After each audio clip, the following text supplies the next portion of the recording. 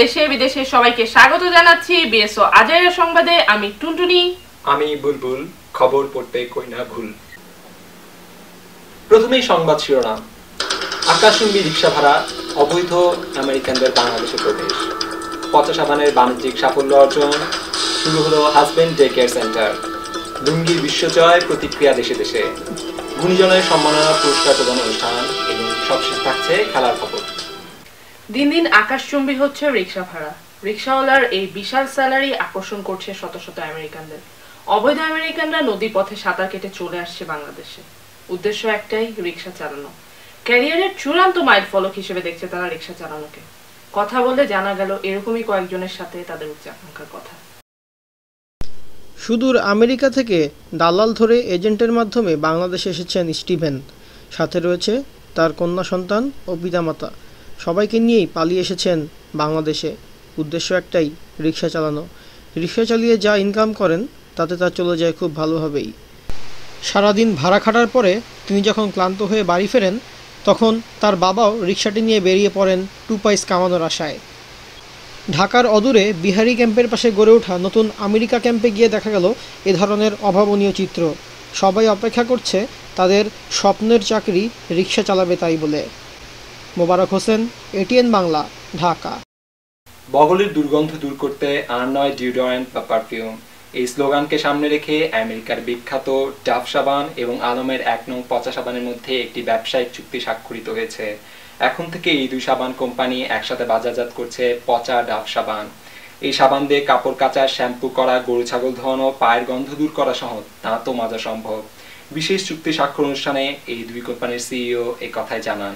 মহিলাদের জন্য সুখবর, এসে গেছে হাজবেন্ডস ডে কেয়ার সেন্টার। অত্যাধুনিক ব্যবস্থা সম্পূর্ণ এই ডে কেয়ার সেন্টারে পাঠিয়ে দিতে পারেন আপনাদের হাজবেন্ডকে। এখানে অবাধ্য হাজবেন্ডের জন্য রয়েছে বিশেষ ডিটেনশন ব্যবস্থা, আছে রোমান্টিক এবং কেয়ারিং হওয়ার বিশেষ কোর্স। প্রথম সমাবর্তন শেষে গ্র্যাজুয়েটরা এবং আনন্দিত ওয়াইফরা জানালেন এ কথাই। আমাদের বিশেষ প্রতিনিধি চুন্নি হাহার রিপোর্ট।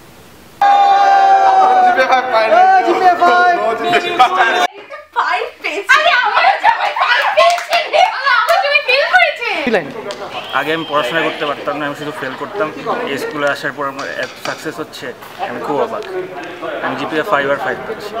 আপনার কি এখন খুব কুল ব্রেন? আপনার এখন আমার মাথা অনেক ক্লিয়ার, না পড়তেই পড়া বুঝে যাই। আচ্ছা, সব অনেক জীবনও এখন অনেক পরিবর্তন আসছে। হ্যাঁ, জীবন। আরে কি যে লাগতেছে বলেন না ভাইয়া, খুশিতে মনে লাফাই। আচ্ছা, অনেকে হাজবেন্ড ফেল করছে, তাদেরকে আপনি কি মনে হয় এখন তাদের? অসুবিধা নাই, আবার ট্রাই করলেই পাবে। There is always second time. আমার তুমি ফেল করেছে, সবগুলো না আমি অনেক কথা শুনছি। আমি আর কথা বলতে পারছি না তোমাদের সাথে না। বল।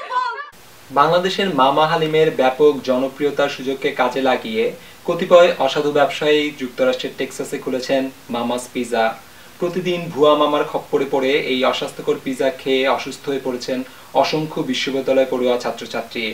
এদিকে মামা হালিমের মামা এই ঘটনায় তীব্র ক্ষোভ প্রকাশ করেছেন এবং এই পিজার দোকানের বিরুদ্ধে সবাইকে ঐক্যবদ্ধভাবে আন্দোলন করার আহ্বান জানিয়েছেন।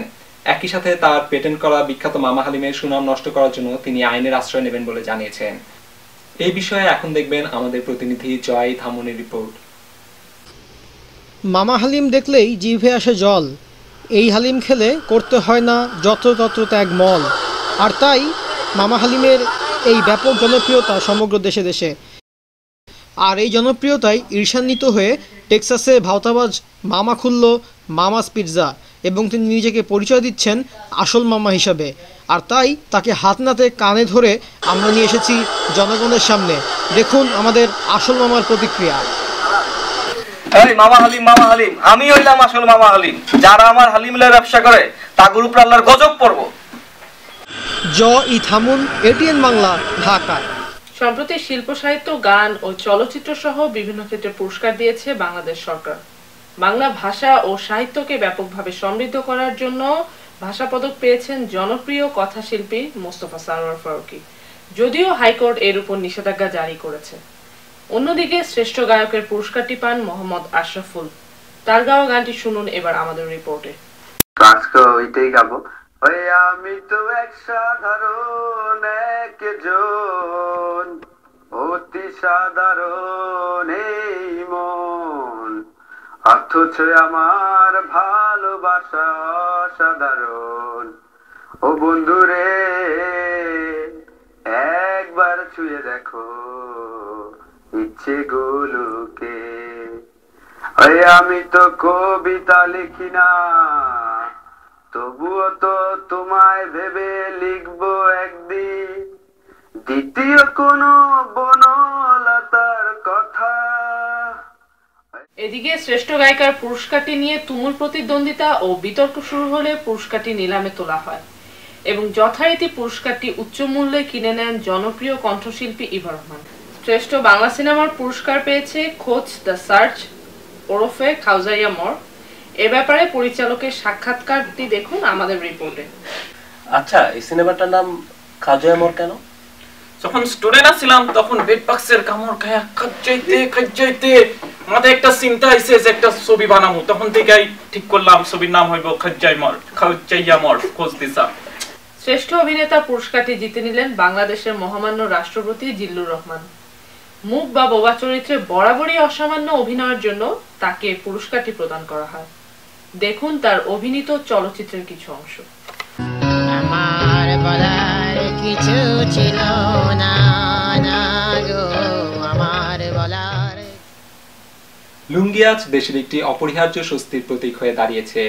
এই লুঙ্গি নিয়ে বিশ্বের বিভিন্ন প্রান্তে সব জল্পনা কল্পনার অবসান ঘটাতে এখন দেখবেন আমাদের ওয়াশিংটন ডিসি প্রতিনিধির তৈরি করা একটি বিশেষ report, how to tie a লুঙ্গি, ঝাড়া দিয়ে লুঙ্গি।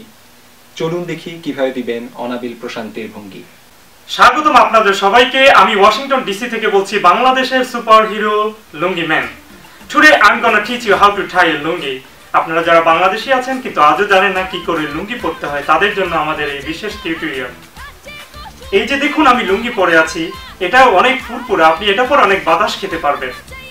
দেন make a cross like that, then cross again, push it down. That's so easy.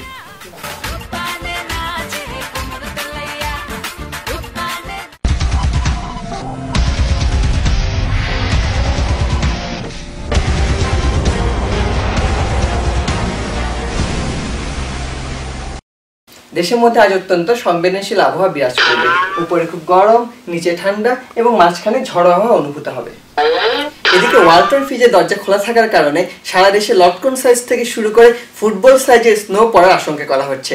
এই সময় সবাইকে হেলমেট পরে বাইরে বের হওয়ার জন্য সতর্ক করা হচ্ছে। এদিকে শনি এবং রবিবার ছাড়া সপ্তাহের বাকি দিনগুলোতে মহিলাদের চোখের জলে বন্যা হবার আশঙ্কা করা হচ্ছে। ঘরে কাজের বুয়া না থাকায় এর প্রধান কারণ। তবে শনি এবং রবিবার এই দুই দিন ঘরে স্বামীরা উপস্থিত থাকার কারণে বন্যার জল অনেকখানি শুকিয়ে আসবে। এবার একটি বিশেষ আবহাওয়া সংবাদ। তেল মাথায় তেল দেওয়ার কারণে সরকারি অফিসগুলোতে পিচ্ছিলতা 10 নম্বর মহাবিপদ সংকেত দেখাতে বলা হয়েছে। এই সময় কেউ যদি তেল মাখা ফ্লোরে পা পিছলে পড়ে যান, তার জন্য সরকার দায়ী থাকবেন না। আমাদের আবহাওয়া সংবাদ আজকে এতটুকুই। আমরা ফিরে যাচ্ছি মূল সংবাদে। এবারে খেলার খবর।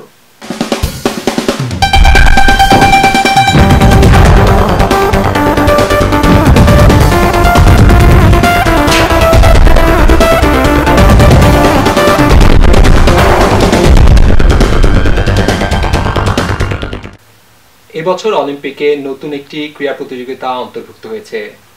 নদীর উপর বাঁধ দেয়ার এই প্রতিযোগিতায় প্রথমবারের মতো স্বর্ণপদক জিতেছে প্রতিবেশী ভারত। এই বিজয়ে ভারতকে অভিনন্দন জানিয়েছেন বাংলাদেশ সরকার। খবর শেষ হলো, খোদা হাফেজ।